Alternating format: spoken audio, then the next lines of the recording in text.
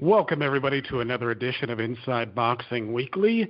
And once again, it's going to be Jeremiah, your host or co-host, and John Einreinhofer doing it this week. As always, we're brought to you by BetNow. You know, go to the website, sign up, enter Truth50. You get some bonus and whatnot. It's pretty cool. Anyway, Seat Giants, if you have some place to go, a boxing match in particular, go there and enter the code The Grueling Truth, and you'll get a little bit back from that. And also the Retired Boxers Foundation with Alex Ramos and Jackie Richardson do a good job. Boxers don't make a whole lot of money, not a whole lot of 401ks in this business. So if you can, go contribute, check out the page, and do what you can. Anyways, how you doing, John?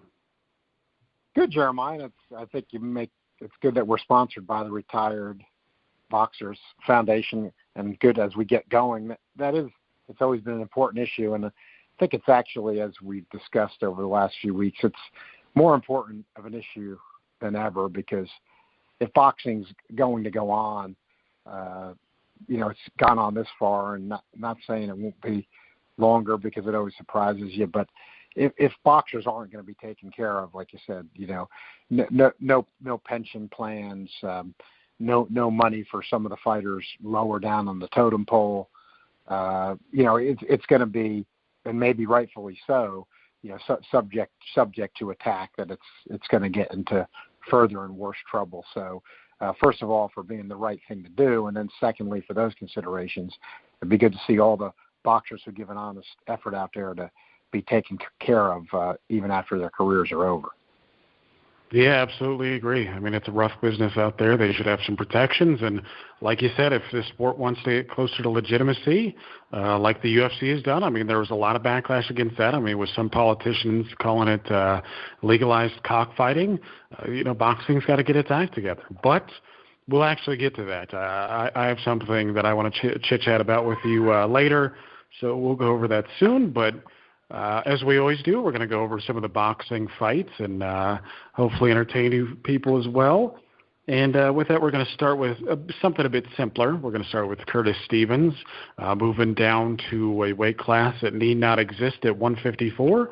And he took on Welome Atossa, who was a pretty good prospect, or was seen as a solid prospect.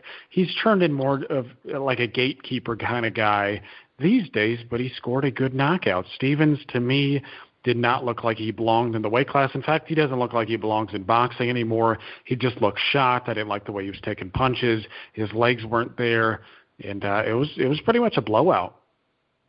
Yeah, I think you summed that up very well, Jeremiah, and really hit on all the relevant points, and a couple of them in particular are good ones. I think, first of all, when you mention 154 as a weight class we don't need, which we don't, I always then scratch my head even more when a guy like a Curtis Stevens, who's been fighting at middleweight for most of his career, thinks all of a sudden at an advanced age for boxing that he's going to drop 6 pounds and that's going to make a big difference.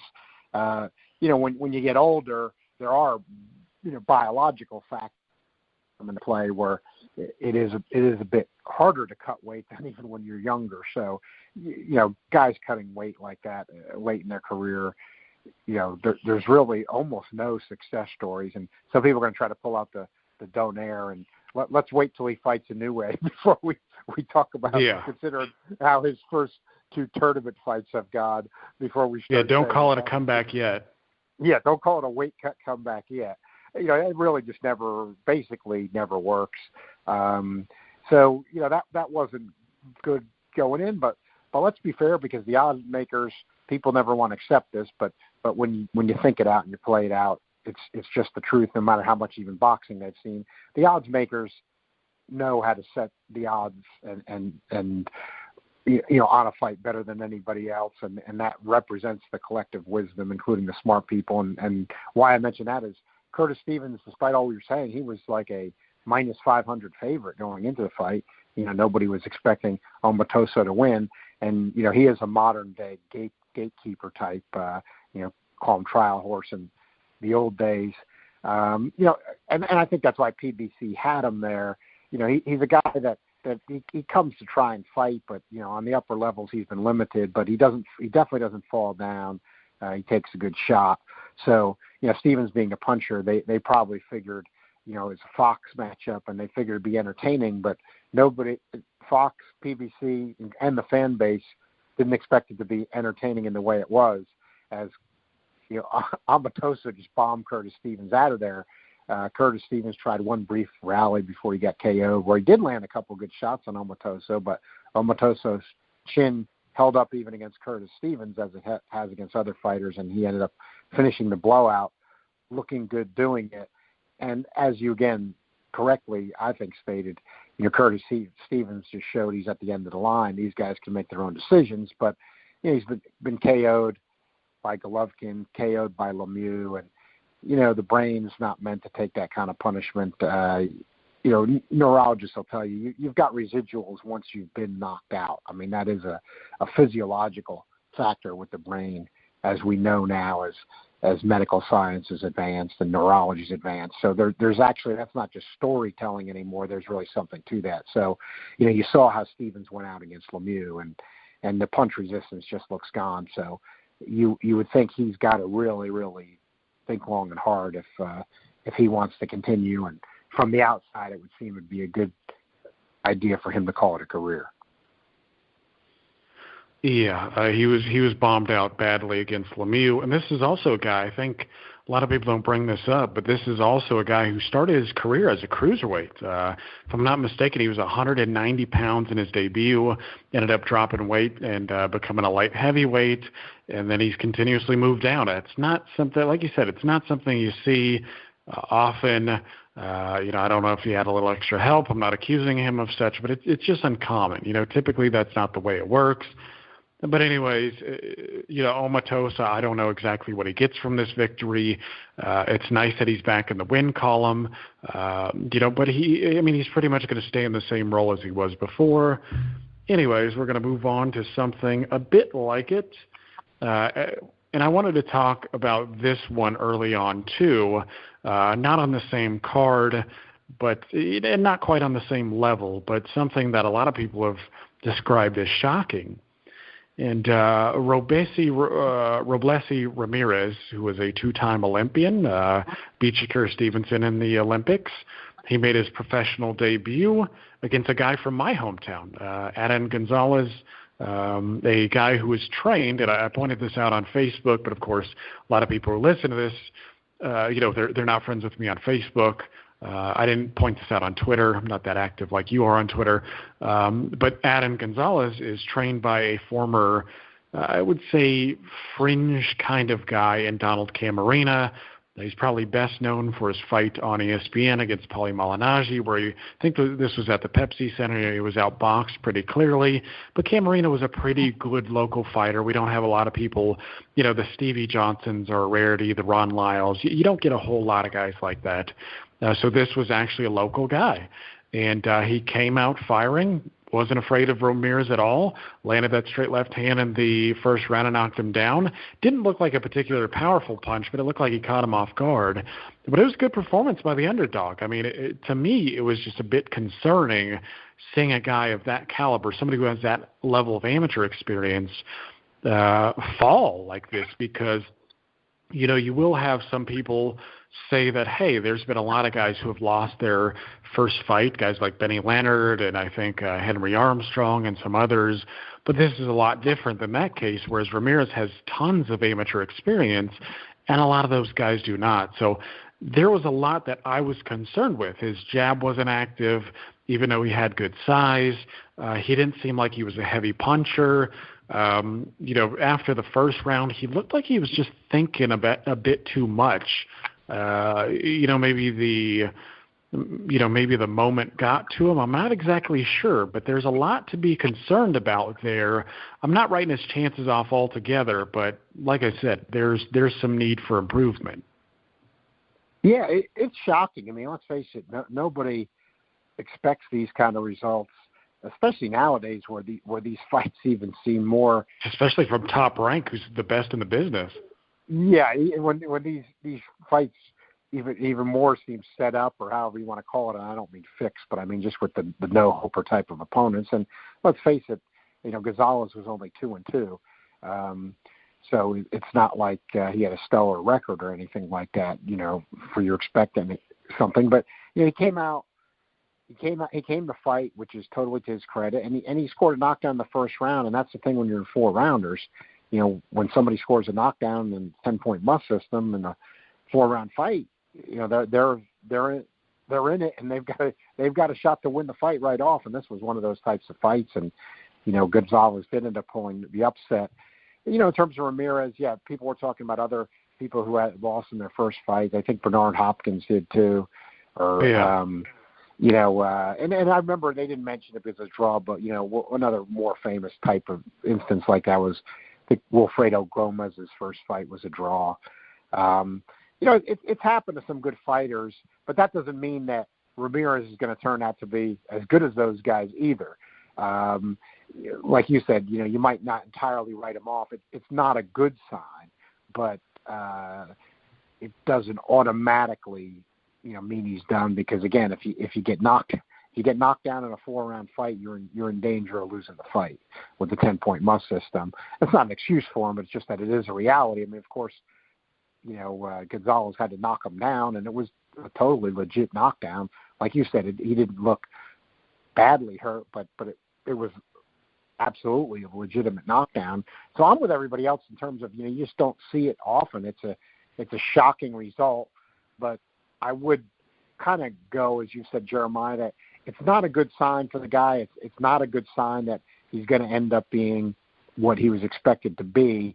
But with that said, people maybe, I see, complete, and I'm not saying this isn't worth looking at, but because of this one fight, people are looking at like total indictments of Cuban boxers and things like that, and it might just be reading a little bit too much into a fight where a guy got knocked down in the first round of a 4-round fight and then ended up losing a decision.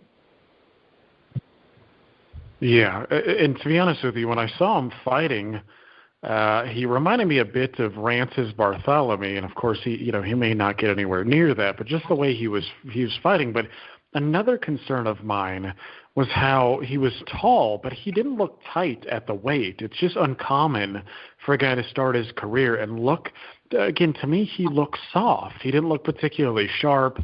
He didn't look like a big hitter. He just kind of reminded me of Bartholomew a little bit. And again, he may turn out to be all right, but I don't know. Did you notice it as well? He looks soft to me. Well, one thing I'm always looking at is more like you said about the not hurting the guy, and I've mentioned this on our show before. One of the fun parts about boxing. I think, frankly, we get fed too much of it, but it is fun to try to watch these guys early on and seeing, who you like and who you can make the call on, who you think is going to be the best, and the real big factors and who aren't as good. So that's, in boxing, can be the fun part about watching prospects first start out. But I look, the more years have gone on, I look for firepower. So that's usually, for me, about the first thing I'm looking for. And yeah, he did not exhibit, Ramirez did not exhibit firepower Saturday night, and that's something that usually I feel comfortable that, because, let's face it, if a guy's got legit firepower, people say, well, deficient here and there, they're going to have problems. That's true, but when you've got firepower in the sport, you're probably going to be some kind of factor in some manner, because you're going to be capable of knocking guys out. Yeah. So, it's something where you can see that this guy's going to be a factor and he's going to get moved. And then when a guy doesn't show it, then, he's losing his entertainment factor as a prospect, and people aren't going to be afraid of him in terms of, getting hurt.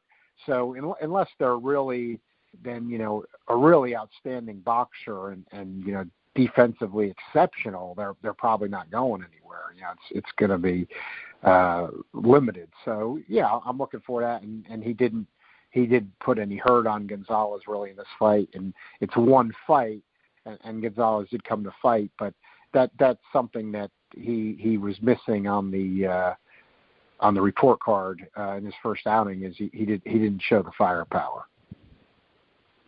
Yes, sir. Yeah, and it's like you said, it's either you got the firepower, or you have some other like X factor, whether it's speed, defensive awareness, work rate, toughness, something else. But I'm not sure he has any of that, but we'll see moving forward. Maybe it'd be best if he rematches the guy immediately and, does it in a 6-rounder. Anyways, speaking of a little bit of firepower, and this guy's not known for it, well, he's not in particular, but he did show a little bit.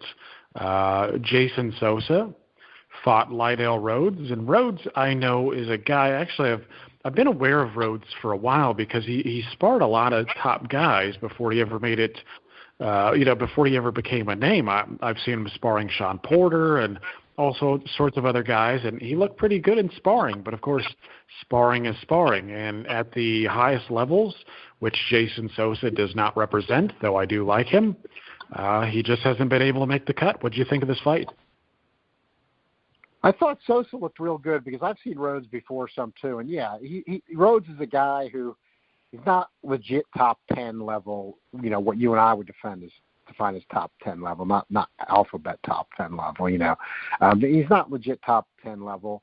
But, you watch him fight, he's always been decent. He's not bad. He's just not a guy that's ever going to be a threat to be on the top 10 level or that type of level, but not a bad fighter. So Sosa, showing that kind of power like he did and disposing of him, it was a really good performance from Sosa under the circumstances. And I was a little bit in the minority on this one. I was watching both apps at the same time, ESPN Plus and DAZN. Wasn't crazy about the apps coming around, but I'm getting into the flow and, of course, watch all the boxing I can. So that's the way it is in 2019. So I was doing that, watching them at the same time. As all fans know, we get fed these cards at the same time, whether we like it or not. And I was okay that Sosa ended up becoming the headliner, when Frampton had the freak injury, however that happened. Nothing against Carl Frampton, but, a lot of people are saying, oh, it's ruined or disappointed. I mean, Frampton wasn't in any significant fight at the top of the card. And I just think Sosa's been a bit undervalued because he always comes to fight. And he's in good fights. I think to me he's sometimes been buried on these cards where really he's overdue to be at the top of the card. He got to do it against Lomachenko, but that's a tough assignment. But he performed well against Nicholas Walters when he got the shot on HBO. He's had some other good performances, and he was kind of falling down low on these cards and stuff. And I think he's worth more than that. I think he showed that, and they talked about it, but I hope they follow up. I mean, let's give him a significant fight.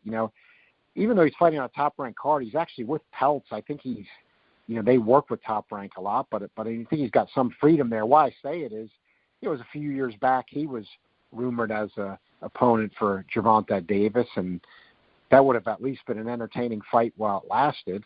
And they're talking now about maybe Burchelt. They were talking after this fight. What I'm just saying is, I'd like to see him get some of these fights where it's an action fight. He doesn't have to go up against somebody quite as good as a Lomachenko, and even if he's going to go down, he's going to go down firing and provide some entertainment. So I'm hoping this type of a headline spot would be a springboard for that. And, the top-ranked card in the sense, even though it was a lot of prospect-type guys, and then Sosa at the headliner, it was kind of good for East Coast fans. They had all those Philly and Jersey guys on the card, and being an East Coast guy, New Jersey myself, I got to say I kind of liked it, and because I like watching the West Coast cards. A lot of the Golden Boy type cards are centered there, including the one we were watching on Saturday night at the same time was that type of a card, and they're fine too. But it's kind of different segments of the boxing fan base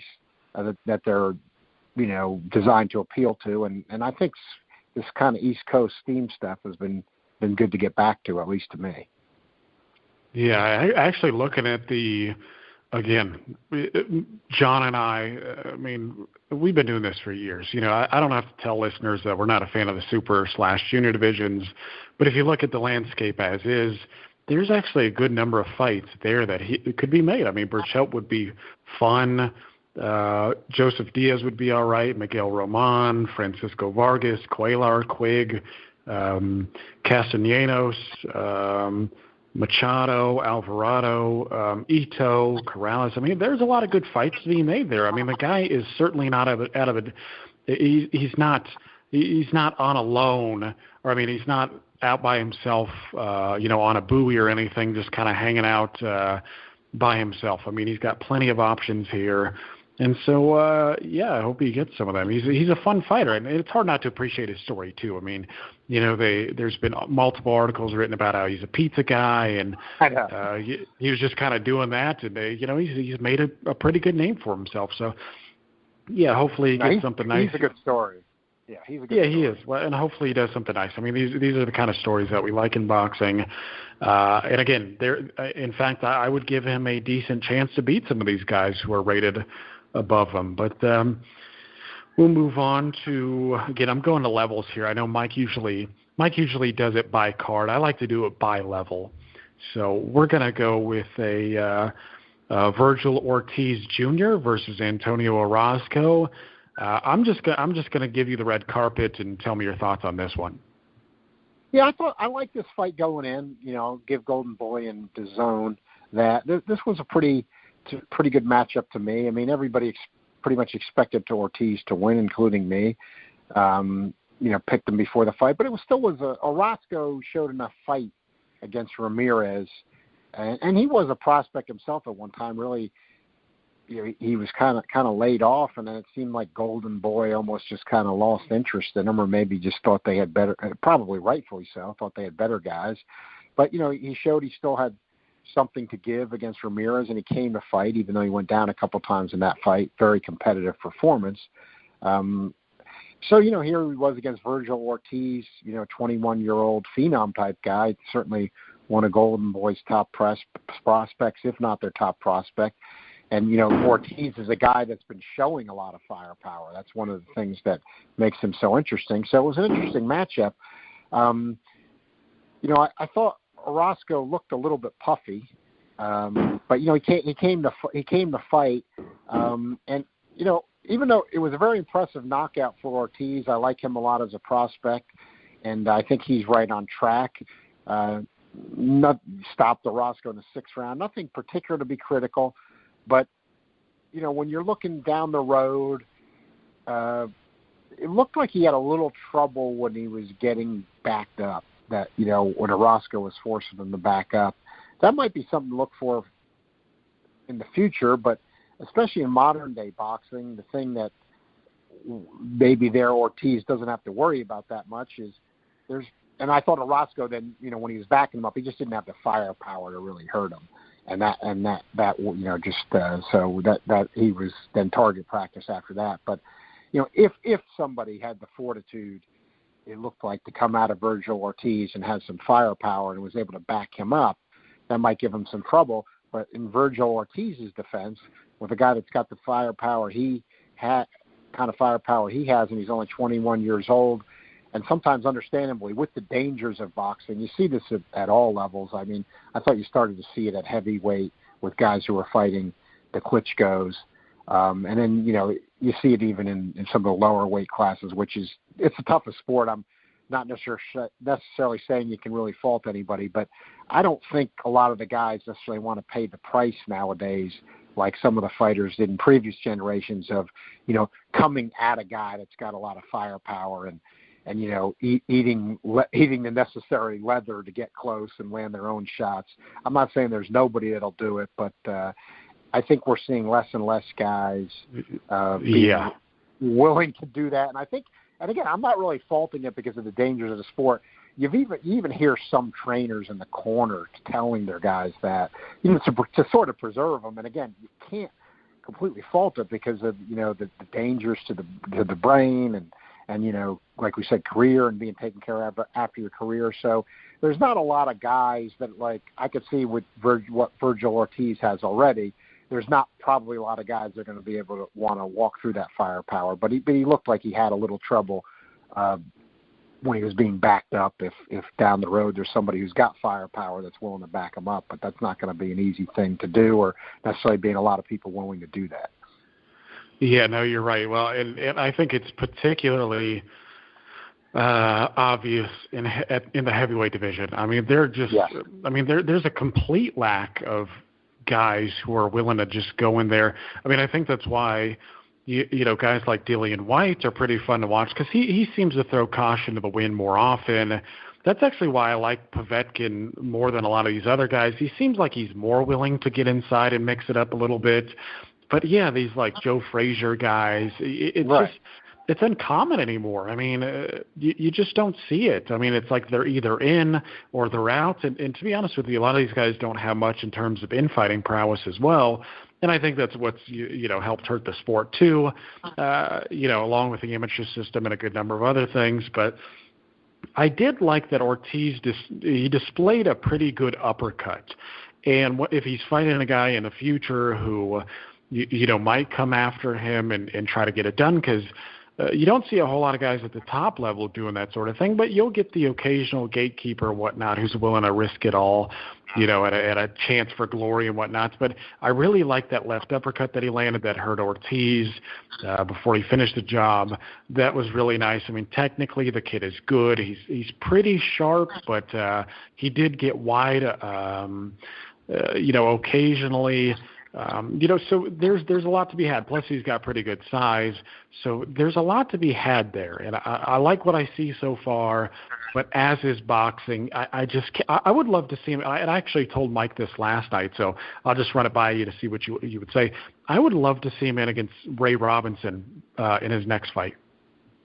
Well, Robinson is a guy that it seems to be a free agent type available guy like that. So I would say that could happen. I mean, he would seem to be available, and he's coming off the draw with Josh Kelly, which was on DAZN. So yeah, I mean, that would be interesting since Robinson's been fighting a bit better lately, and I would actually see no reason why that fight couldn't happen.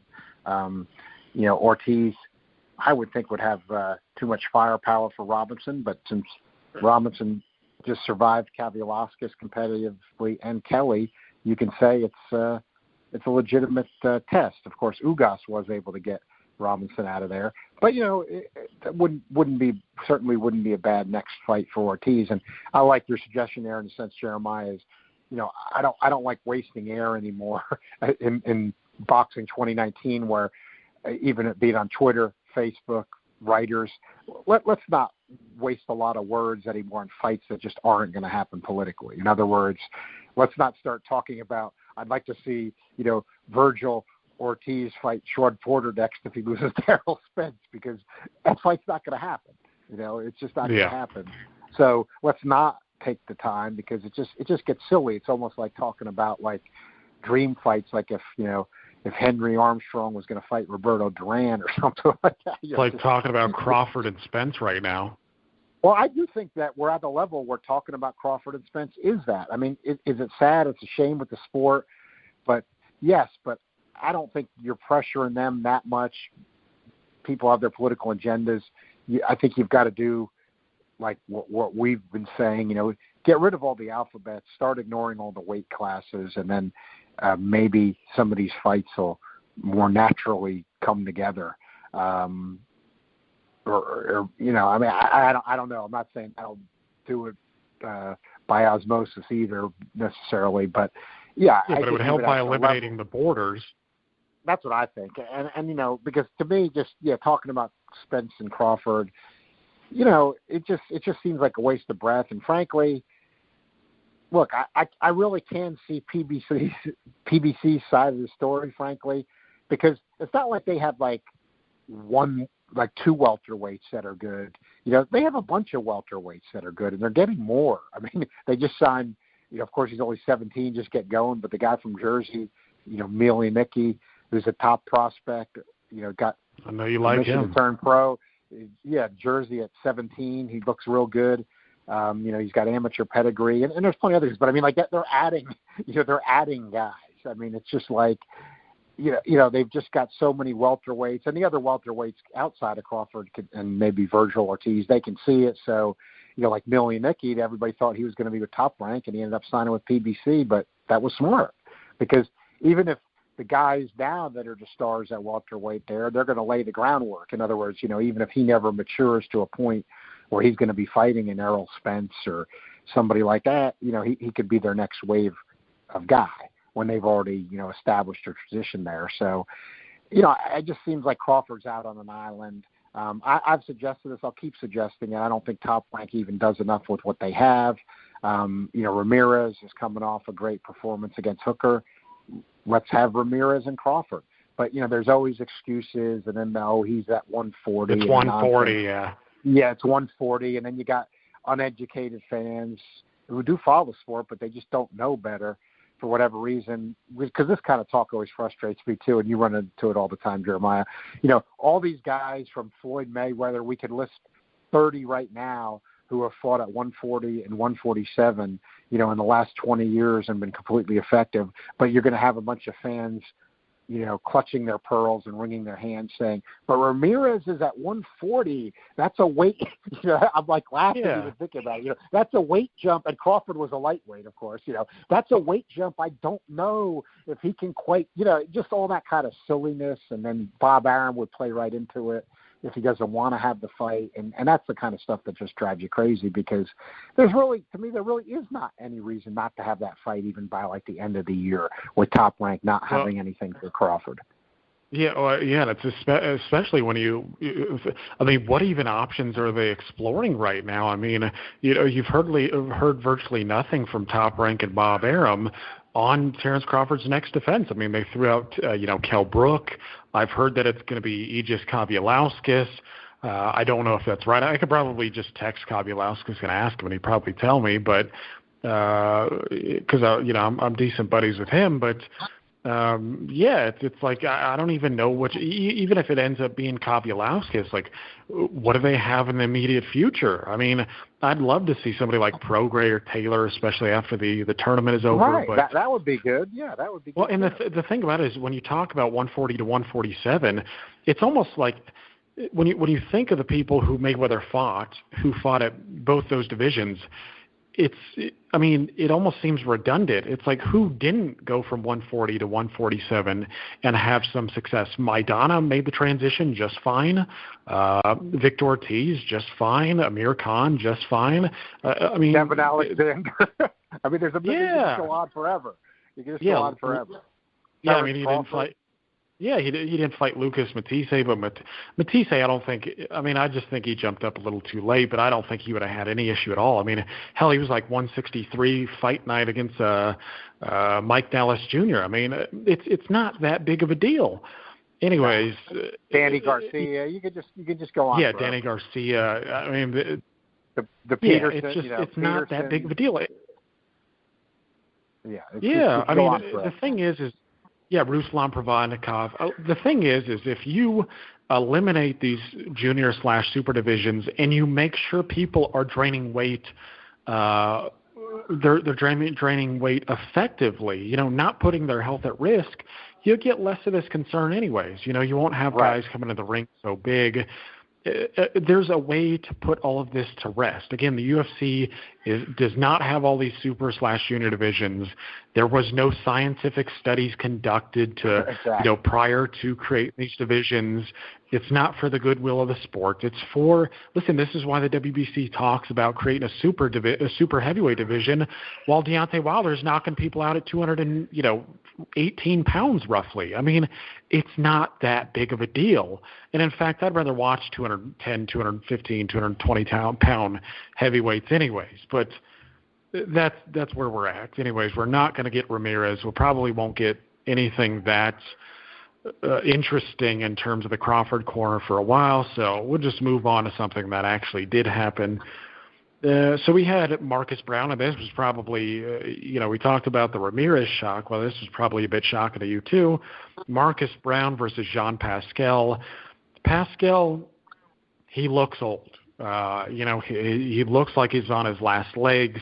He didn't have a nice bounce in his step.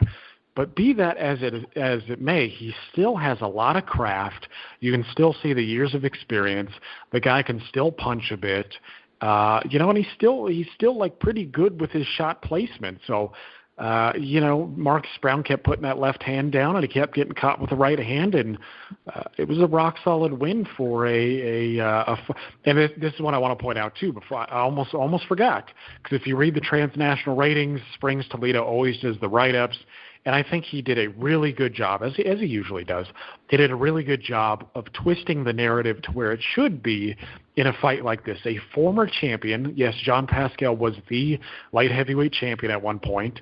The former light heavyweight champion, still trying to earn his keep, scores a big upset over a young prospect. Instead, you got this baloney. I mean, you watch the telecast, and they got a stupid title belt next to Marcus Brown's name. It's bullshit. Okay, Brown is not a champ. He's a bullshit titleist. And again, Brown, to me, I don't hate him or anything. I'm just saying I get tired of all this interim franchise, champion in recess nonsense. It was nice to see a former champion in Pascal score the upset with his guts and guile. Yeah, no, I mean, you make a good point, like you said about Springs Toledo and the write-up for Transnational. I mean, I always do that in my own head, too. I try to do that type of a thing. I try to, analyze the fight as if all these nonsensical alphabet belts didn't exist and we had one champ per division.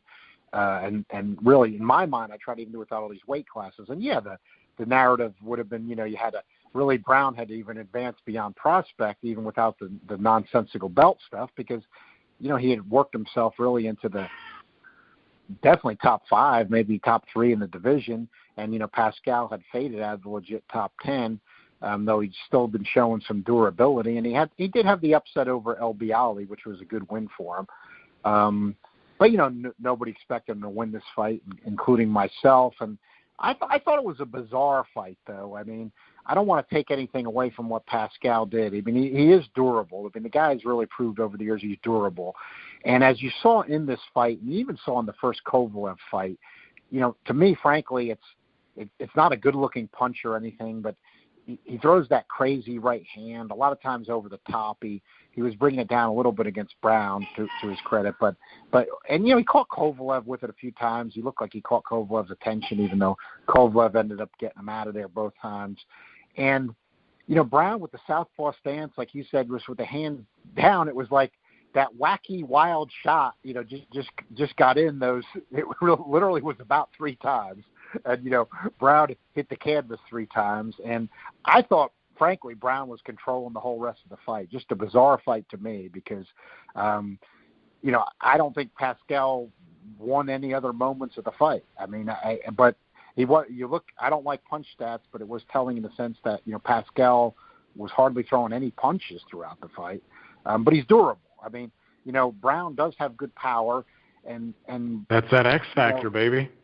Yeah, it kept Pascal in, giving him a chance. And then, like I said, I've seen Pascal catch other people with that wild right hand and catch their attention. He got El Bialy out of there with it, and he caught Kovalev's attention a few times. And, it was with Brown's stance and that, the southpaw stance and then just with his hands down, it just ended up being a recipe for Pascal getting that shot in. And now at this point, light heavyweight, like I've said a lot in recent years, and I think it's still true, and that fight proved it. I mean, and it makes it great watching the light heavyweights. With these guys not weighing in the day of the fight, I mean, they're coming in at about 185 pounds or so, and they're banging, they're banging like heavyweights. You have to sort of judge the chins differently. I mean, you look at a lot of the top guys, they've gone down, at light heavyweight. You don't see in other divisions. So you're going to get hurt at light heavyweight nowadays. But with that understood, now we're getting to a point where, we've seen Brown down against the Castillo guy, and he got dropped by Kalajic. And again, like I said, you're going to go down at light heavyweight. I mean, Beterbiev's been dropped, Gvozdik's been dropped. I mean, that's what I mean. It's a division you can, Kovalev's been stopped. I mean, you can get hurt at. But it looks like Brown doesn't have the best chin in the world now. So you throw that factor in. But I thought he controlled the whole fight. And then let's face it, it ended up being stopped because of a butt. Pascal had butted him before that. I'm not saying it wasn't unintentional, but, it wasn't the first time Pascal had clashed heads with Brown there, and the cut was nasty. And so it got stopped there. They had Pascal ahead of the scorecards. You got to give him credit at 37 for having the durability, coming to fight, and, he got the win, not taken away from him. He's back legit top 10, and I'm good with that. That's totally legitimate. But it was just, to me, a bizarre fight where Brown was controlling the whole thing, except, you know, he hit the canvas 3 times, and it was just kind of an odd fight. Yeah, it was. Well, and what I actually thought that Jean Pascal was hurt. What was it, in the 3rd round? I'm trying to think. I think it was the first round that he got dropped in. So I think it was the 3rd round. I thought he actually hurt Pascal a little bit with a left hook around the guard, and he kind of stunned him a little bit. And it's funny enough, in the round he got dropped twice in, I actually thought he hurt Pascal in that round too, with a left hand to the body. So it was one of those fights, in my opinion, where I actually liked Marcus Brown's demeanor. I mean, he was working the jab well, he was moving well, and I'm with you. I thought he was controlling every single round that he wasn't, dropped in, and I liked his demeanor too, because he didn't fight scared. He didn't move around a lot. You know, once he got hit, he still tried to maintain a somewhat aggressive posture where he was still boxing, but he wasn't on his toes quite so much. But yeah, I could tell, you know, that in the round before the stoppage that Brown was he was hurt. I have heard some people say, well, he was on his way to getting stopped. I'm not exactly sure of that. I wouldn't say that convincingly, but I could tell that he was definitely being hurt in the with the 2 knockdowns. But it was an upset. So from here, I wouldn't mind seeing Marcus Brown get a rematch. I think he can win the rematch.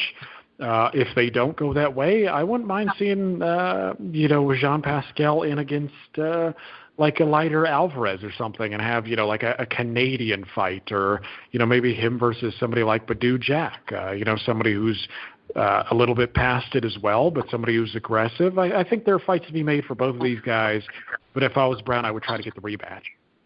Yeah, I think I'd go for the rematch. One thing, I'll go to the bizarre world of boxing, and I don't have any evidence except circumstantial, but it makes me wonder a little bit. Even though everybody does this for the payday, and Pascal, he hasn't always been on PBC. He's made a couple appearances there. One with LB Ali and now with this Brown fight, but he's also been on the other networks. Of course, he was on HBO a lot, and so he's been in different platforms, but he's called out Canelo twice after the fight. And, Canelo's got this problem going on with Golden Boy. We don't know too much about the details, but we're hearing enough from credible sources that it sounds serious. And, of course, I don't know what his contract is, and it doesn't seem like anybody, frankly, knows exactly what his contract is, but that makes it interesting. Yeah, right. What I'm wondering is, you would think Pascal having the success with PBC, and he was just on Fox, so he got good viewership exposure for today's boxing, seen by over 1 million people, which just doesn't happen in the U.S. in boxing nowadays much. Is it possible he's being put up to this? I mean, is Canelo, in other words, if Canelo is to leave, if he were to leave Golden Boy with DAZN, if there was some out in the contract where he could get out, if he's got lawyers. I mean, they said Ryan Garcia's got a lawyer. So, there's some real stuff going on there. He might not be looking to take the toughest light heavyweight fight. I mean, you and I both hate the nonsensical interim belt stuff, but Pascal's got one, and they seem to think the fans care about this. I don't know why any fans would, but these promoters seem to think it. What I'm getting around to is, is Pascal being put up to this? Is there ever a possibility of a Canelo Pascal fight in the future if the DAZN deal falls apart? Yeah. I don't know. I mean, it's tough to say. I mean, like you said, there's a big cloud around the whole thing, and I mean, it seems, from what I've heard, that Canelo Alvarez is upset because Golden Boy got some money outside of his contract, which is to have Golden Boy. It allows them to have a bit of a farm system where they can bring guys up like Ryan Garcia, get them exposure. I'm not exactly sure what the details are and why he's upset about that, but it seems like he's upset about the Sergey Deverenchenko thing, and him having the title taken from him. I mean, there seems to be a lot going on right now, and I'm not exactly sure. It's hard to speculate, and every once in a while you have guys who are insiders saying something, and again, like you said, there seems to be some credibility there, but I'm always a bit skeptical when it comes to that stuff because I don't want to read too much into it because whenever we have these down periods like this, especially, midsummer, and things are still formulating, you just, I don't know, it's just hard to say, and we've had a good number of surprises along the way as well. Yeah, we really don't know. I mean, Canelo just might pop up on the zone, fighting right along the way, and they always talked about him having a lot of loyalty to Oscar De La Hoya. So again, I'm not saying I know anything, and fighters are always looking to get a payday, and of course, for the kind of money you would get for Canelo, Pascal would be happy to fight Canelo on the zone, I'm sure too, if he was going to get that kind of money. Well, hell, Marcus Brown was trying to fight him. Right. But it's just the timing. The timing of it made me just wonder a hair if they're, because PBC was trying to get Golovkin before he went to the zone, and it seemed like they pushed it pretty hard. And then there's rumors that Golovkin had a handshake deal with Top Rank before he went with the zone. I mean, they were all trying to get him, but PBC just got Milnicki, even though it's a young guy, but still it's one of the top young guys, and you need these guys. That Top Rank had him.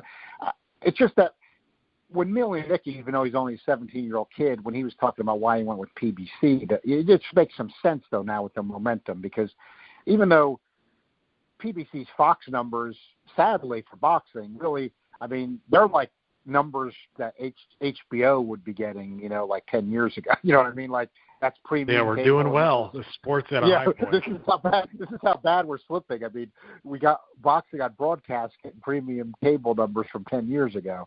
So, I mean, it's not good from where the sport was, but it's better than all the other guys. I mean, think of the disastrous numbers, no matter what platforms you don't like, or if you like all of them. I mean, think of how few people are watching these fights on ESPN Plus and DAZN, and I mean, that's just a fact, I mean, when it's not Canelo fighting or something like that. I mean, or even like a Crawford or a Lomachenko. I mean, these are being seen by very, very few people. So, I mean, it's like even a Canelo, tens of millions on Mexican TV, and on the U.S. Of course, you got the pay-per-view numbers, but the actual people numbers are not seeing him as much. And or even though he'd still be on pay-per-view, even if he went for PBC, I think there is truth to what people are saying. With the Fox promotional machine, and with Fox even at least still broadcasting dates, even though they're not numbers like we'd like to see. Well, when a guy's being seen by 1.7 million on Fox, even if he's making a guest appearance as an announcer, which of course they're all doing, and a lot of times it's torture for us on all these platforms when they do that. But in other words, you just get seen by more people, and it just seems like for your career, it may not be perfect, but it's going to be hard to argue against what PBC can offer you exposure-wise as compared to what the other guys can right now. Yeah, and when we put these things into perspective, too, it's like if you get 1 million viewers, so in the U.S., I mean, here's the thing, too, is, you take it as a percentage, and I'm no math wizard, okay? I didn't do that well in high school. I didn't care that much, honestly. I wasn't a great kid in high school, but I mean, if you think about 1 million out of a population of, 330 million in the U.S., we're talking about 0.3% of the population are being exposed to these fights. I mean, how do you expect to do well in a sport? This is why it's fringe, and everybody, it cracks me up when people are like, oh, well, why is the sport in the shape that it's in? I'm like, listen, man, come on. I mean, there's so many obvious factors in boxing, and if you were looking to clean it up, but we'll talk about, we'll go on that, because again, I've got something on that. We'll go with that. Well, we're just going to finish off our reviews with the Adam Kownacki fight and Chris Arreola. So I thought that Kownacki would probably blow him out. Arreola hasn't always shown up in the best of shape. He's had a couple of tries at it. But I was wrong. Chris Arreola showed up in some of the best shape of his entire life. He was tough. Him and Joe Goosen had a good game plan where Kownacki would throw punches and then Arreola would come right back at him. Kownacki, to me, he's hittable, but for a guy that big, he's actually not that bad defensively. I mean, a lot of punches were thrown, a lot of punches were landed, but Kownacki has subtle defensive moves that I can appreciate as a guy who's not that mobile with his feet. He rolled with a lot of shots. Took the steam off him in that. He was blocking pretty well. He didn't take a lot of full-on, full-fledged power shots from Arreola. I thought there was a lot of partial lands. I thought Kownacki was pretty good there. What I liked from Kownacki as well was he was doing the little, Mickey Ward thing where he would tap a guy to the head, tap a guy to the body. He would throw in combinations every once in a while. And surprisingly, his stamina was not that bad. I was concerned at 266 whether he'd be able to, whether or not he'd be huffing and puffing before he went to the finish line. And he was like just about any heavyweight, but he did pretty well. I think he's a pretty good heavyweight. I'm not quite sure I see him hanging out with the very best, in the division, but I thought it was a good fight. A lot of punches thrown. Good experience for Kownacki. Yeah, we ended up getting a great fight. I mean, you had two of the fights of the year, PBC on Fox, with Julian Williams, and Jarrett Hurd, and then Adam Kownacki and Chris Arreola. Like you're saying, Jeremiah, you're right. You do have to do the math on these things. It's, when 1 to 2 million people out of 330 million are seeing them, that's what hurts boxing. But think, Vergil Ortiz fought on DAZN and Jason Sosa fought on ESPN Plus, last Saturday night. I mean, there could have been like 10,000 people 20,000 people watching these fights. Yeah. And I'm not even being funny. It's just the truth. You can do the math there too and figure it out. Especially DAZN, yeah.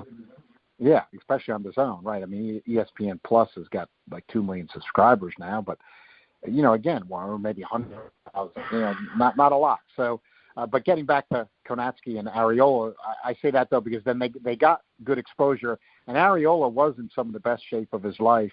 The amount of punches he threw was amazing.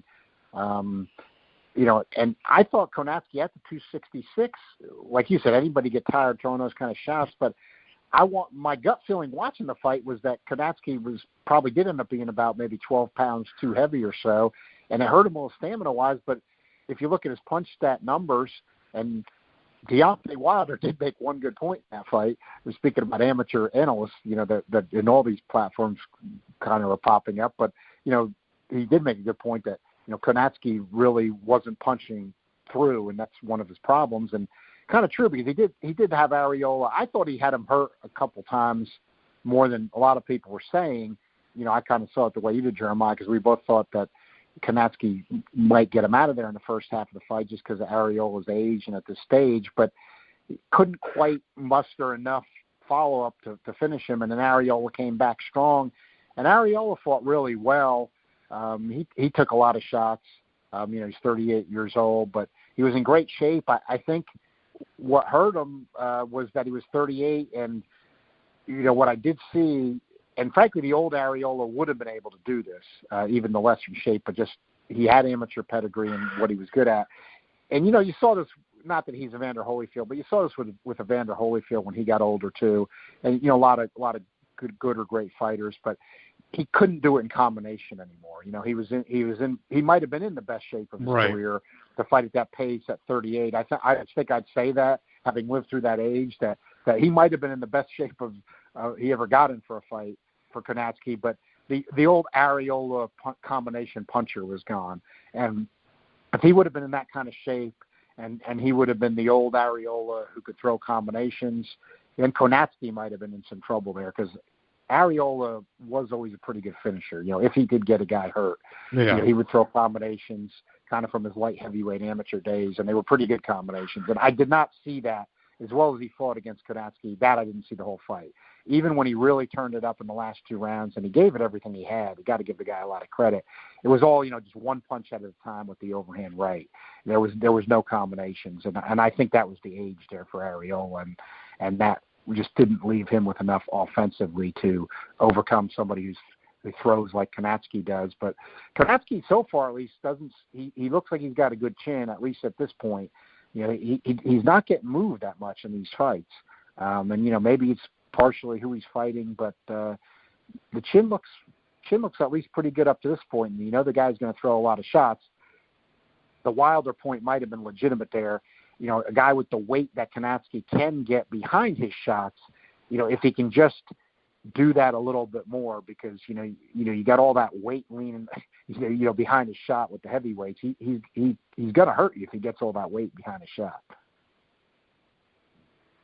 Yeah, he will. I mean, he's a big guy, but the thing that hinders him is his weight, in a sense, is because when I look at guys who are great right-hand punchers, when you're throwing a punch like that, you have to twist your body, and when you're that big, it just hinders the amount of like torque you get into your punch a lot of times. But I like what Kownacki's there, and I think there's a lot of fights. I saw this thrown out that I'm not sure how plausible it is, but it was from Abrovitz. Man, I'm not sure if I'm saying that right, but I've been friends, quote unquote, with him for quite a while. He said he would like to see Kownacki versus Chisora. I think that'd be fun as hell. I'm just not sure how plausible it would be. Yeah, I just don't see it as being plausible. It would be a fun one. That would be a good action one. I like to look at the plausibility. I mean, I do think. I'm trying to think where it fits in though, because you can see Al Heyman setting it up, and Al Heyman knows what he's. Well, and I think Kownacki wants to stay safe until he gets Wilder anyway. Right. I think he's going to get the Wilder fight, and Wilder, love him or hate him, and I've always liked him, but I know you don't like him as much, and some people don't. But I think it is legit to say at this point, with the exposure he's gotten himself and that they've given him, and you see his purse numbers going up. I mean, I think we're going to start getting into the envelope where Wilder is a moneymaker. In other words, where guys are going to want him to make money. He's gotten himself out there enough. He's entertaining with the punching power, and he's been exposed enough.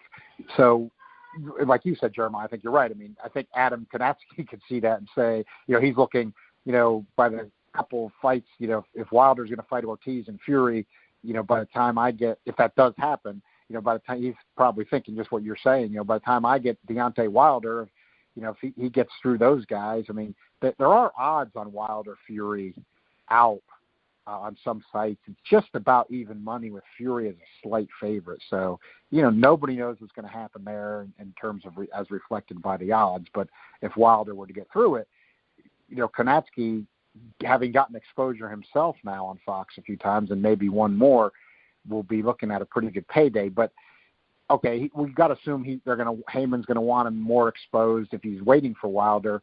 So it gets back to the original point. A Chisora is an Eddie Hearn guy. That's not really plausible. Who would you have Kownacki fight at this point? He's already fought Charles Martin. It was a really good fight, but he's fought him already. Who might PBC have available that would be entertaining, like they did with Arreola, but not. Well, who do you think? That's what I'm trying to think out loud. Who would be? I mean, I don't know. Would they want to give a Brazil just went out in one round? I don't know if the fan base, if that would be that viable or appealing. Although Brazil's been in some really good wars, maybe PBC could pump that back up. I'm trying to think of who else they've got that or might be available to them that might be good. And that, there's not. I think the heavyweight division is getting more entertaining and stuff, but there's still not that many guys available. Rivas, I guess, has got a top-ranked co-promotional deal. So, again, it cuts down on the availability of some guys.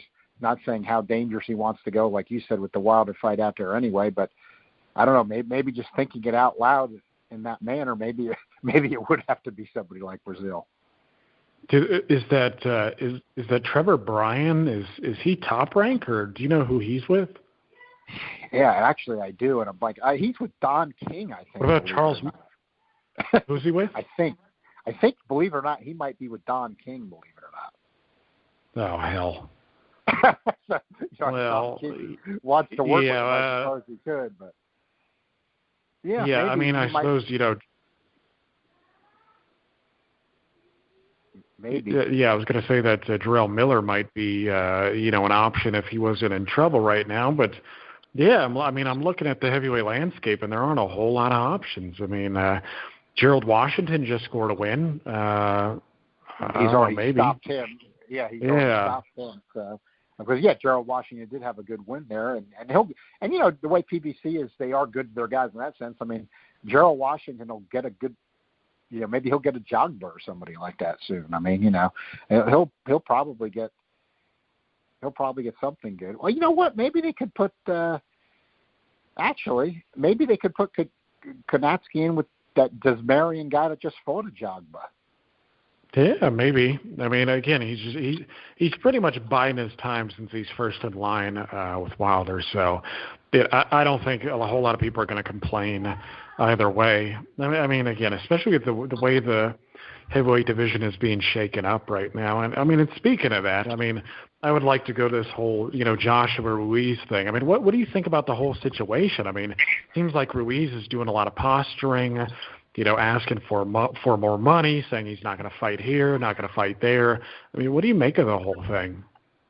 It's just, I am in the camp that I think Ruiz knows this, and let's face it, he's got Heyman now, and Heyman's done a good job with him. I mean, look, Heyman took him from inactivity to he got him seen by 1 million on Fox in the Dmitrienko fight when he got a KO, and I think if he doesn't have that fight, he might not be attractive enough as the opponent to Hearn for Joshua in New York. I think he probably doesn't get that fight. So, I think it was a pretty good management job. Why I preface it with that is that, you got a contract, and I don't know what the contract reads, but, I think you can almost, to me, picture Heyman and Ruiz sitting back in a room somewhere saying, not because they're afraid of Joshua or anything, but just because of this kind of stuff. Like, we just don't feel like doing this. In other words, Ruiz is a Mexican-American. He's a good story. He's got an entertaining personality. He's a fun guy to listen to talk and things like that. And he's coming off a great performance. Does he want to be fighting Anthony Joshua in Saudi Arabia at 1:00 in the afternoon in the United States? I mean, it's on DAZN. It's just, this is where boxing, just gets into trouble. And even then for the Brits who, being partial to their guys, admit it or not, which we all do to some degree, they are thinking the whole time the fight's going to be in the UK, and Eddie Hearn's holding it out for that. And now they don't even get that. They're talking about it being in Saudi Arabia where nobody, it's just for a sight fee to bring high rollers in or something. I mean, who really cares there? You know what I mean? So it's just, if we were in the Muhammad Ali days and the sport was big enough in the U.S. on its own, you could maybe afford something like this. I try to look back, but where we're at now, with not enough compelling fights and matchups and story, you really can't afford this. I don't see how DAZN can. I'll look at it. I don't take it that seriously because so many fights have fallen through in Saudi Arabia already that I don't take it that seriously. Even though I think people need to look at the Fury. Well, it's not a hotbed for boxing. Yeah, exactly. Just I mean, didn't Amir King Khan just fight there?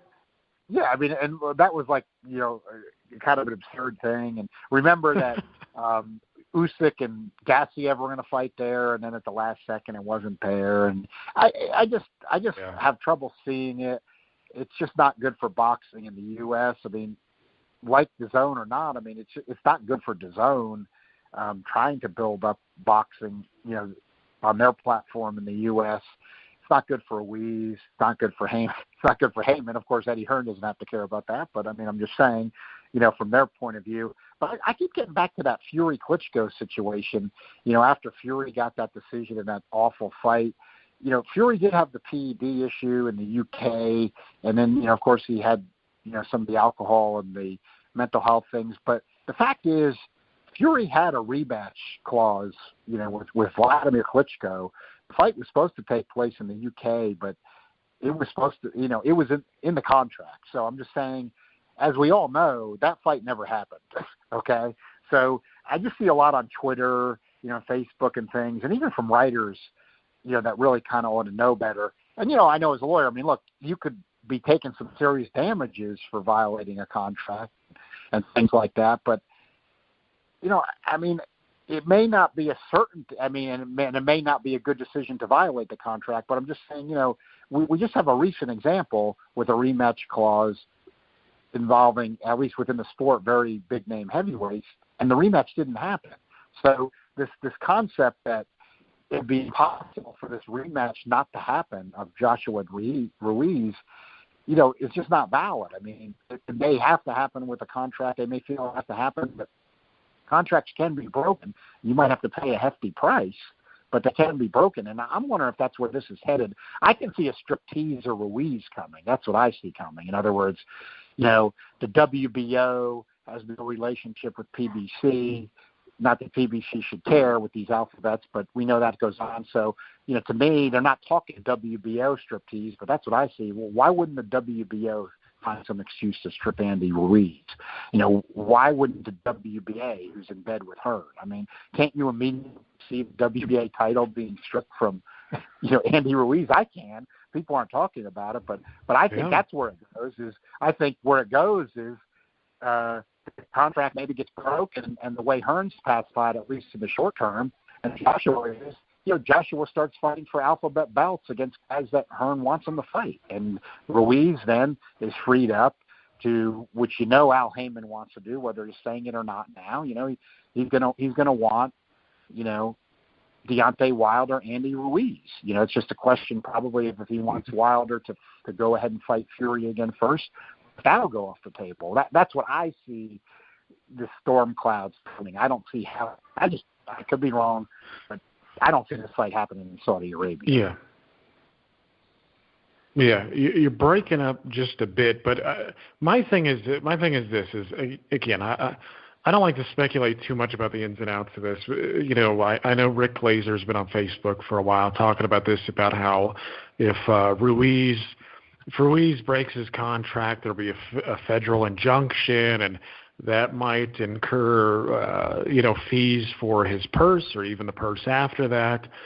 My thing is, if the WBA and WBO strip Ruiz, that leaves him with what? The IBF?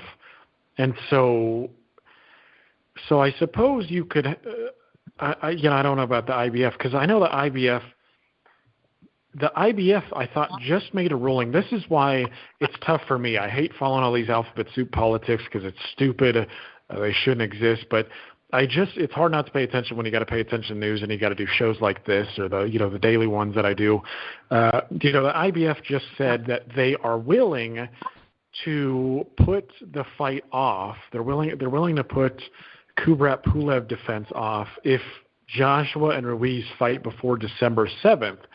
So if Ruiz breaks the contract and does not defend against Pulev, and the IBF has shown a penchant for stripping guys who don't fight in a timely fashion. So here's my thing: is if Ruiz breaks his contract, doesn't defend against Kubrat Pulev,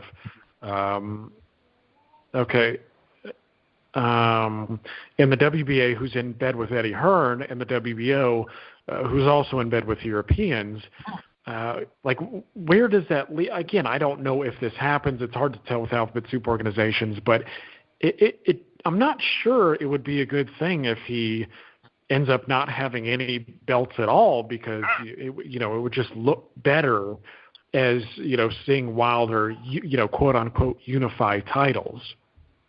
Yeah, I agree with you. I mean, the conventional wisdom is, because the IBF is quicker at stripping guys for quote unquote not following mandatories, that they'll strip first, and with the Kubrat Pulev thing. I mean, I agree with you. That's the conventional wisdom. I'm speculating it myself, where despite what I'm hearing out there, I'm looking more at the alphabet promotional associations than what's coming out of their mouth. And I think that PBC has been able to work with the IBF, at least to a degree. and at times maybe the WBA, but Hearn's got a leg up with the WBA. There's no doubt about that. And we know there's no PBC-WBO relationship right now because, to their credit to me, and some people look at the opposite. I think to their credit because anything that hurts the alphabet, I'm in favor of, whether it's from boxing, writers, magazines, PBC, saying we're not doing. You're breaking up a bit, John. Yeah. Okay. PBC saying they're not doing business. That's better. With the WBO straight out. So I'm looking at promotional politics first. Other people are looking at what the organizations are saying now, which you're right. The IBF's making the most noise, saying Pulov's our number one guy, and if he doesn't get the shot, we're gonna strip you. And that's what people seem to look at. I wouldn't care myself. I don't think they should care, but I agree with you. The way they have operated, even PBC in recent years, they'll want Ruiz to have a belt. So I myself have speculated that they'll keep the IBF because of the relationships, and Hearn will be having Joshua fight for WBA and WBO belts. Certainly the WBA with that relationship. I mean, every time Hearn gets a guy wants a guy to WBA title fight, he's got it. And I'm not saying PBC doesn't have that with the WBC because they do. And Top Rank has it with the WBO. We can all laugh because we all know this is absolutely true. Oh, yeah. So, I mean, and we know Eddie Hearn and the Europeans and the Brits are going to be even more focused on alphabet belts. Let's face it, that's just a fact. So, he would be jumping at the chance to have Joshua grab a piece of alphabet hardware. I agree with you. I think that probably Heyman would want to sell it. I don't think you need it, but probably would want to that Wilder Ruiz would be a unification at some point. So I think even for Ruiz himself, they're going to want him to hold on to one belt. It's just going to be a question of what that's going to be. And I'm doing my own speculation thinking it would be most likely to be worked out with the IBF. I don't know that, but that's what I'm speculating. But most people seem to be going the other way, saying that the IBF is going to strip first. We'll just see, but we all can see this stripping. We can all see this stripping is imminent. Yeah, well, I mean, and just geez, what a shit show the heavyweight division is become, in my opinion. I mean, it's like we had a 3-headed monster, and now we have a 4-headed monster. And now, I mean, if we actually get this where Ruiz pulls out and waits for Wilder, because Wilder's not going to be available until early next year, and then everybody's going to be anticipating the rematch with Fury. I mean, could we be waiting until 2021 before we have a real champ? I mean, somebody who's undisputed and right again. And I'm not talking about, mind you, I'm not talking about all the alphabet belts. I'm talking about a guy that we all look at and say, yeah, that's the heavyweight champion of the world. I mean, to put it off till 2021 just really feels like we're dragging our feet with this, and it's obviously it's obnoxious to me. I'm kind of tired of it. I just want to see the best guys fight the best guys, but of course, boxing is never that simple. Got to understand all the intricacies that are involved. And speaking of that, another heavyweight. We're also let's talk about the Tyson Fury Otto Wallen situation. And you made a great tweet. It was awesome. I got to give you credit for this one, John. Get a nice verbal pat on the back for me. But you said that we might be at the point, or you maybe said we are at the point. I can't remember the language, but the truth of the matter is we might actually be at the point where Efe Ajagba is fighting tougher opposition than what some people classify as the lineal heavyweight champion of the world. Yeah, I just thought about that when Fury was going with Valine, and Ajagba, we were waiting to step up, and he had a surprisingly tough step up, and I thought he fought well. It was just that the guy he fought came to fight, the Demirjian, on the undercard of the Pacquiao-Thurman fight, and it was a very good fight, and Ajagba clearly won, but Demirjian had amateur pedigree, and he really came to fight, and it was very competitive. And I thought, Schwartz really didn't come with much effort against Fury, and Valine is really a mystery, and just from what we've seen of it, just hasn't shown anything to be on that level yet. And I was thinking that really, we were waiting for Jogba to fight somebody, and now he's at the point where he's fighting better guys than Tyson Fury is. It just shows the absurdity of the situation we've reached. I think at this point, Wilder and Fury should be considered the top two heavyweights in the world. I can't see that logic that when Joshua got knocked out by Ruiz becomes one of the top two guys after being unranked and inactive for a long period of time. That's just not logical to me. So I think it should be clear at this point, but, to some people who do follow the sport closely, it apparently isn't. But, Fury's not helping the situation by fighting guys like Valine. It really is kind of bizarre that, holding off on the Wilder rematch and then taking these fights. And they're on ESPN+, so they're just, ESPN might have a strategy of building their app. Obviously they do with some combat sport fans, but that's not exposure. I mean, Bob Arum said this was for exposure. I mean, Fury's not being seen by anybody, really. For the and wasn't there a deal? Wasn't Bob Arum talking about a deal? Sorry to interrupt, but didn't Bob Arum talk about a deal? Yeah, it was supposed to be on Fox or something. He kept making noise like they could use ABC or something, but it's going to be announced it for ESPN+.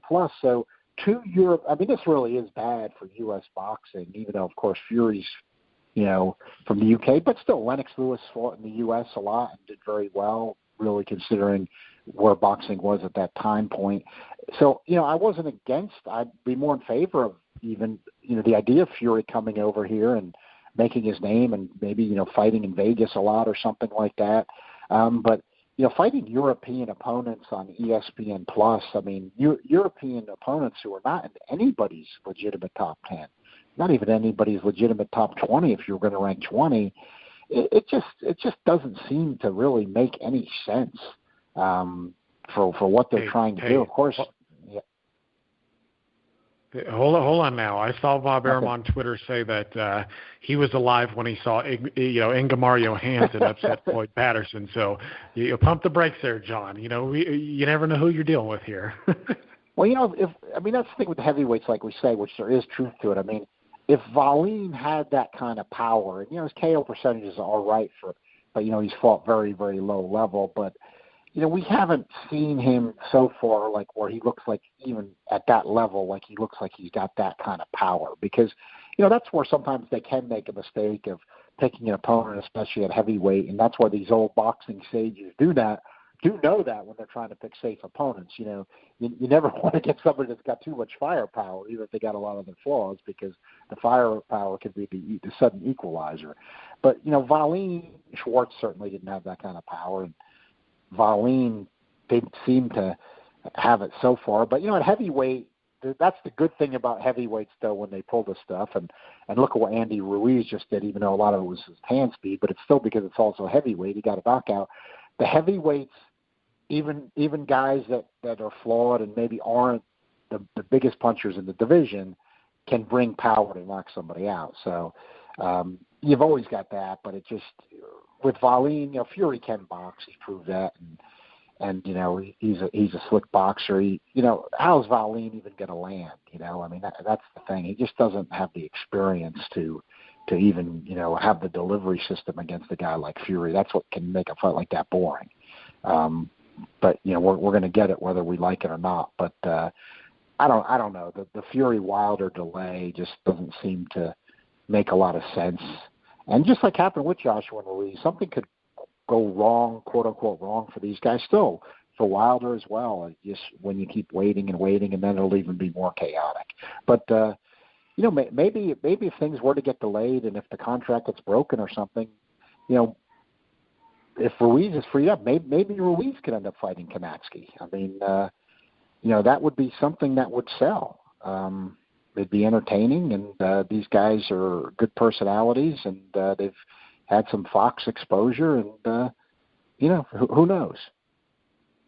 Yeah, that actually wouldn't be bad. I mean, that would sell well in the States here. I mean, whether you go to, I don't think there are many Polish people in Los Angeles, at least not from what I've seen, but maybe Chicago, meet in the middle somewhere, where there's a sizable population for both of those groups. I don't know, maybe. But yeah, I mean, it's hard to say, and like so many things when it comes to boxing, we're just gonna have to sit on our hands and wait. I mean, there's just so many things that haven't materialized for the year. I mean, we're waiting for Golovkin, we're waiting for Alvarez, we're waiting for Joshua Ruiz, even though Eddie Hearn seems to indicate that that's already signed and sealed, and we're just waiting for Ruiz to just get in the public's eye to sell the fight a little bit. I mean, there's just a lot that needs to be going on, So we can stop with. There's just too much gossip that goes on in boxing, and it's irritating. But one thing I wanted to bring up, and I thought it was good. Whether it makes a real impact is hard to say.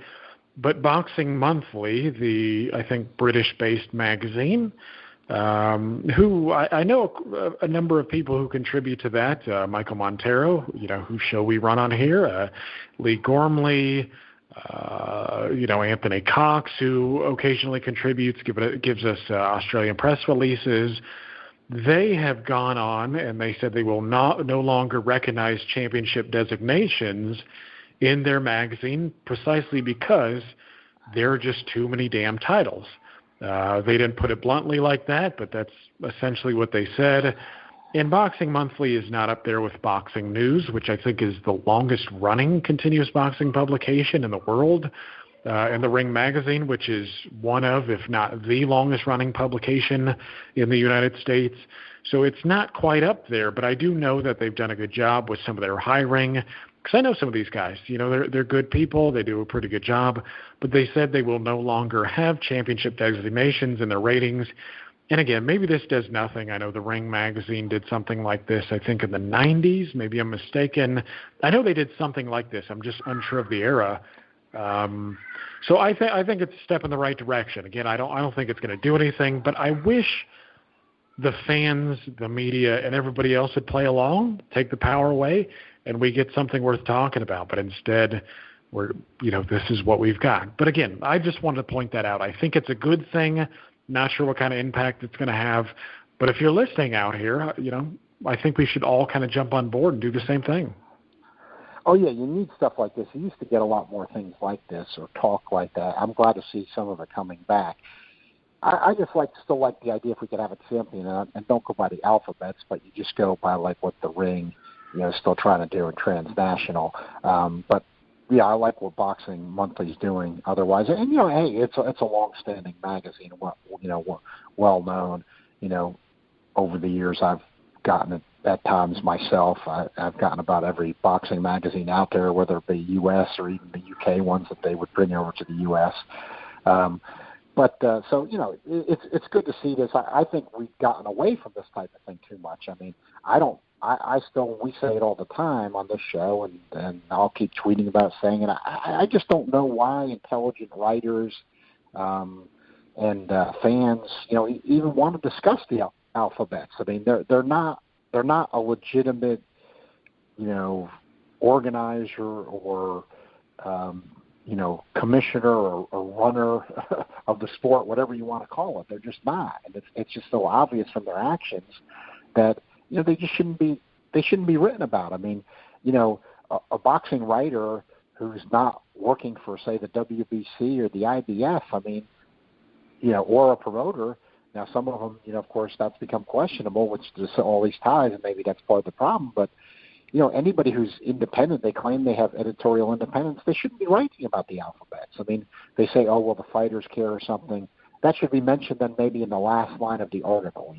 This was the WBC interim title fight. But what do all these writers do? They put it right at the forefront of their articles and talking about it being a championship fight and all this stuff. And, it's just got to stop. So when Boxing Monthly does something like that, that's the direction you have to be in. The old truly independent newspaper writers or boxing writers, they used to not put the emphasis on the alphabets, and then you only had like two, quote unquote, only, and it was bad. Don't make like it was good. It was just better than now, but it was bad. But, they knew they wouldn't put as much emphasis on that type of stuff. It would be kind of who was the real champ in the division and things like that. And, so I always like to see something like that. I think we need more of that. I just don't think people should even be discussing these alphabets. No, I agree. And I know you and I have been railing against this stuff for a long time, but I just want to go over it again because I think it's worth noting. Because when we talk about these well-known writers, I mean, the sport is just compromised on so many levels. And you see, for instance, when you talk about them plastering these, alphabet soups on the first paragraph of their article, look at boxing scene. I know boxing scene is the leader in news. They get all sorts of inside scoops. It's where a lot of people go to get their news. And that's fine. I understand. I mean, there's some clickbaitish stuff that's going on there too. I actually think boxing scene is owned by CBS, but yeah, CBS has them now. Yeah. Yeah. Well, and the thing we got to recognize is that boxing scene is sponsored by. Just go to the damn page. It's sponsored by the IBO and WBA. So go to any of these articles, like an Anthony Joshua or Andy Ruiz article, and you will see that they are constantly putting the IBO in front of other organizations. They'll say, hey, the rematch is set in Saudi Arabia. The IBF, IBO, WBO champion. They do that stuff all the time. I'm telling you, I don't know this for a fact, but this is a real educated guess that the IBO is paying them to put them higher up in the sequence. I mean, that's why you see it. The IBO to any long-term boxing fan is not considered a world title. I mean, I don't consider any of the Alphabet Soup organizations world titles, but they're being paid, they're being sponsored to do that stuff. I'm real confident of it. So when you have boxing scene, which is the leading news organizations, doing that sort of stuff, and then you have the Ring magazine. Again, they by and large do a good job. I know people over there too. I can't complain a whole lot. And I've seen at least two of the writers say that the WBA should be abolished, or people should stop recognizing them. The problem is there's some compromise there. You have guys like Steve Kim over at ESPN, who's a Belts Matter guy, and then you have people like Dan Rafael, who will, he has his good days where he'll talk a lot of crap about the WBA or one of these other organizations. But then if you look at the schedule, he's putting WBA interim, WBA regular in the schedule. I mean, these guys are just, to me, they're not doing their part. He said Golovkin's got the middleweight title defense record from the WBA regular. Raphael's inconsistent. He got right. He says good things, and then he goes out and was screaming at people who were questioning him for saying that Golovkin has the middleweight title defense level because he was defending the WBA regular belt. I mean, you can't have it both ways. Right, you can't. I mean, it's not. You can't do this. I mean, this is why there's so much confusion.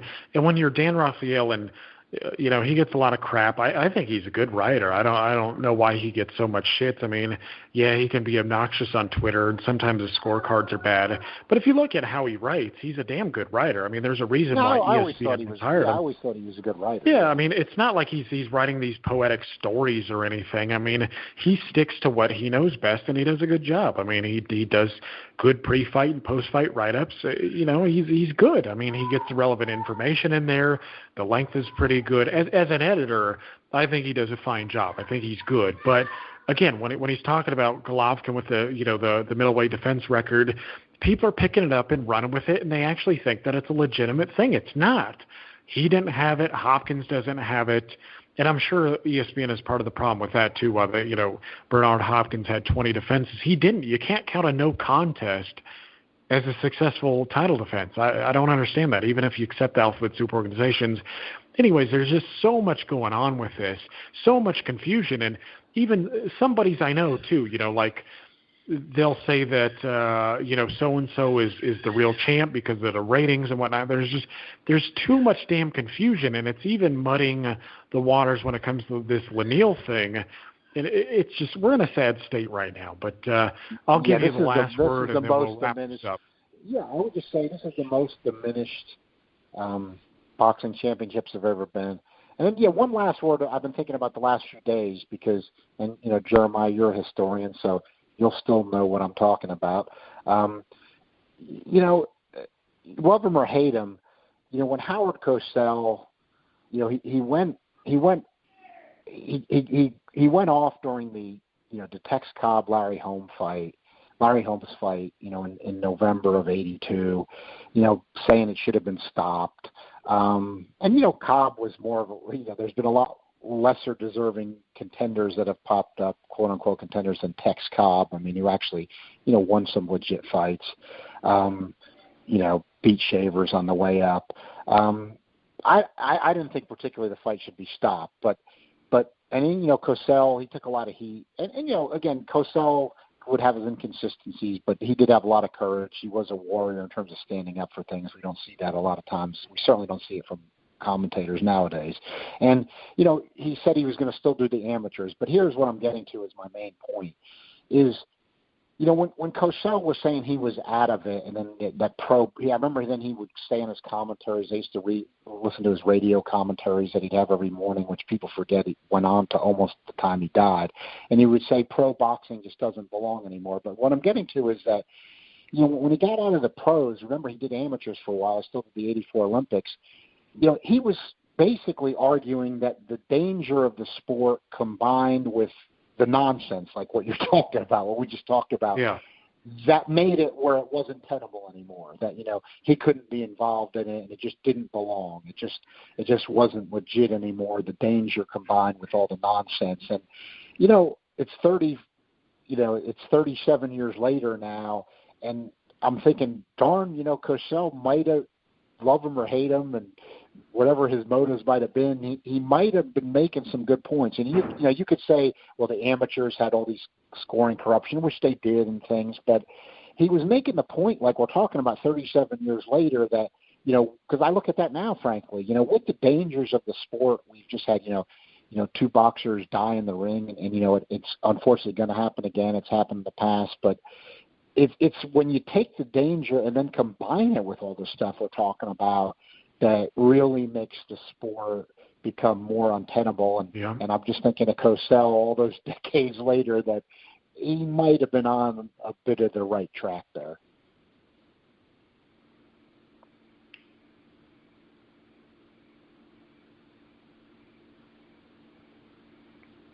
Yeah. Sorry, were you finished there? Yeah, I was just finished. Okay, sorry. It's okay. It's just been in my mind in recent days. You're talking decades ago, but that Howard Cosell might have been a bit prophetic in the combination of the danger with some of the just nonsense that goes on in boxing. Being a bad combo, and that's where he threw up his hands with pro boxing. Yes, sorry, you broke up a little bit near the end there, but yeah, I mean, you may be right. I mean, we've talked at length on other shows about, the ethics of the sport. And, we had a show not too long ago where we actually had Steve Risley on, and he brought in a general fan's perspective, and, was asking, he was just like, well, why the hell do people do this? I mean, it's tough to justify sometimes. Of course, boxing still, say what you may, it still does, it saves more people than it loses. I mean, there are a lot of people out there who would wind up gangbangers, in federal prison and whatnot. And it still does, take people off the street, teaches them respect and dedication and stuff like that. But yeah, I mean, when you compare it to other sports that are so far ahead of us in terms of, analytics and marketing and all this other stuff, I mean, it's tough. It really is tough. And, I think you and I are going to keep fighting the good fight and hope that one of these days it gets its shit together. And then, we can, see better horizons and, have some real things to praise about the sport. But who knows, maybe we'll both end up MMA fans and we'll just, be doing the MMA show. But, with that, it was always good to talk to you, John. As always, it's, we're brought to you by the Retired Boxers Foundation, Bet Now, and Seat Giant. And I just want to bid you adieu once more, John. Okay, Jeremiah. Great to be with you doing the show again, and I'm sure we'll have more to talk about down the road a little bit. Absolutely, as we always do. So for John Einreinhofer, I'm Jeremiah Preisser. You've been listening to The Grueling Truth, where the legends speak.